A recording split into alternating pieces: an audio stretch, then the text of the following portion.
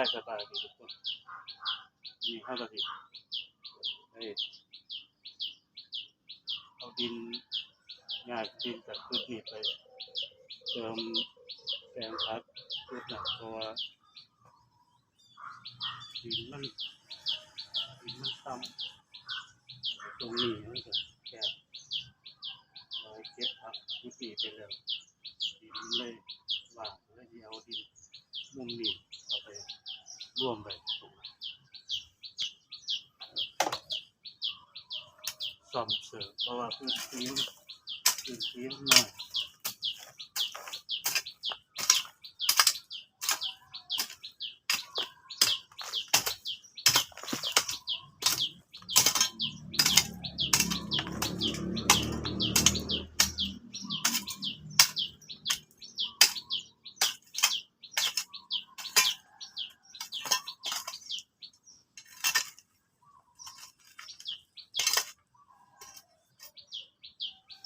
จากพื้นที่น้อยแล้วก็ดัดแปลงไปตามพื้นที่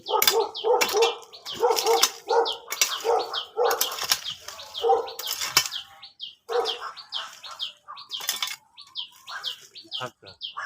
เฮ็ดแปลงน้อยๆจะเฮ็ดหลายๆแปลงตามพื้นที่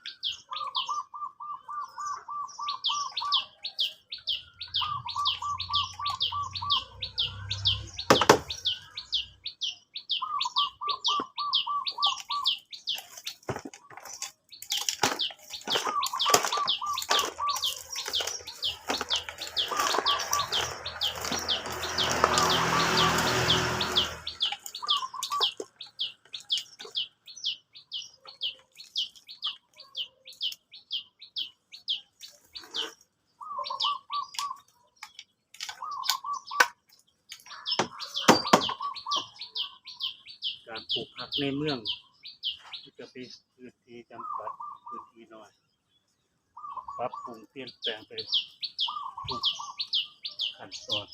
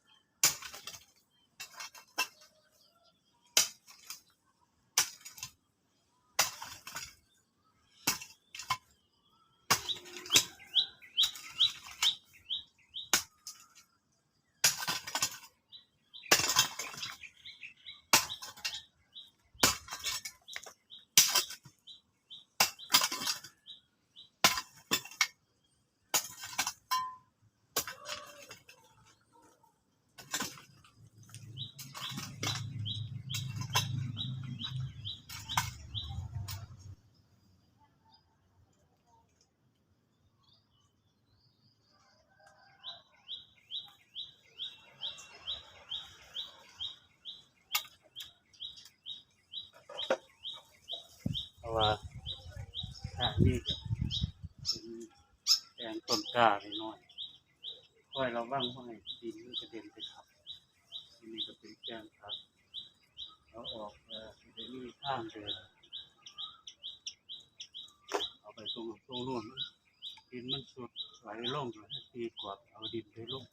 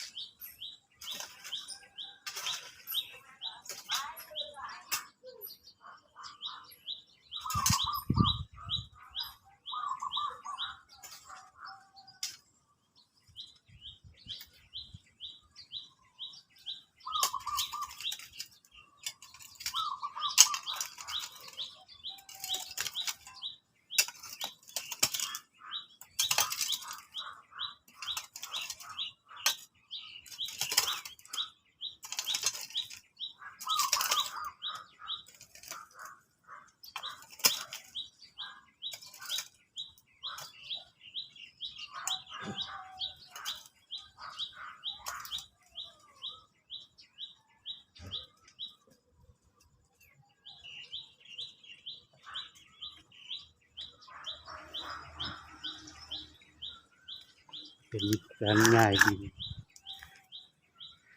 ง่ายดินจากจุดนี้เพราะว่าจุดนี้มันช่องทางการเดินมันสิแคบเลยง่ายกว่าเพราะว่าดินครับนี่ก็เป็นแปลงผักอยู่บ้านใหม่เป็นต้นกล้าหน่อยนี่ก็สิเหลืออยู่เป็นผักต้นเก่าดินออกนี่เป็นช่องทางง่ายมากตรงนี้ดินมันไหลลงแล้วเอาไม้มาตีกรอบแล้วก็เอาดินมาใส่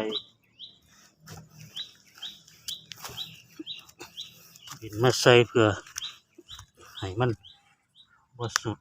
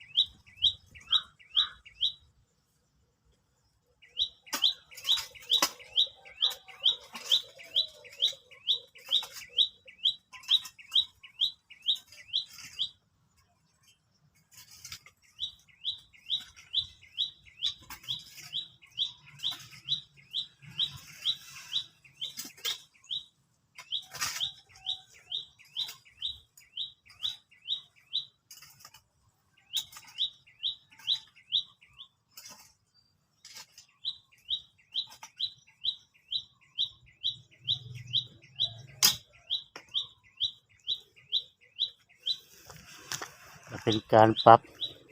สภาพพื้นที่ของสวนของพื้นที่การปลูกผักทุกคนสภาพพื้นที่มันหมายก็ปรับไปตาม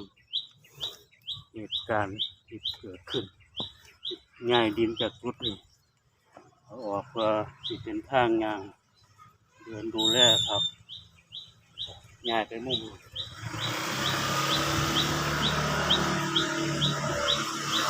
นู่นจะเป็นผักที่ขึ้นสูงโตพร้อมที่จะออกสู่ตลาดไปเลย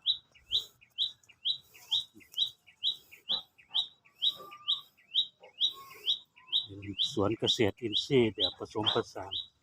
นี่ก็เป็นฟักนี่กำลังขึ้นพันล้านกำลังขึ้นสู่ต้นใหม่เป็นครับกาดขาวนี่ก็เป็นพื้นที่โล่งใหม่นี่ก็เป็นจุดพักผ่อนในตอนกลางวันนอนเป็นมีเปลพักผ่อน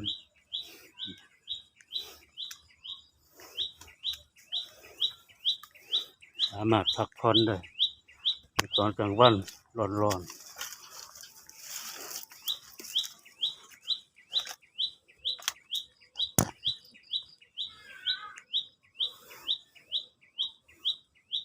นี่ก็เป็นพื้นที่ที่สิ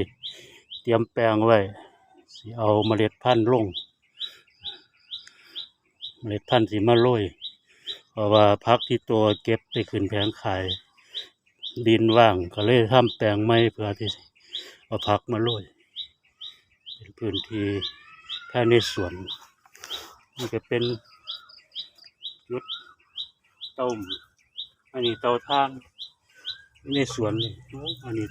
ต้มเล้งน้ำกำลังเดือดเต็มต้มเล้งซดร้อนทุกคน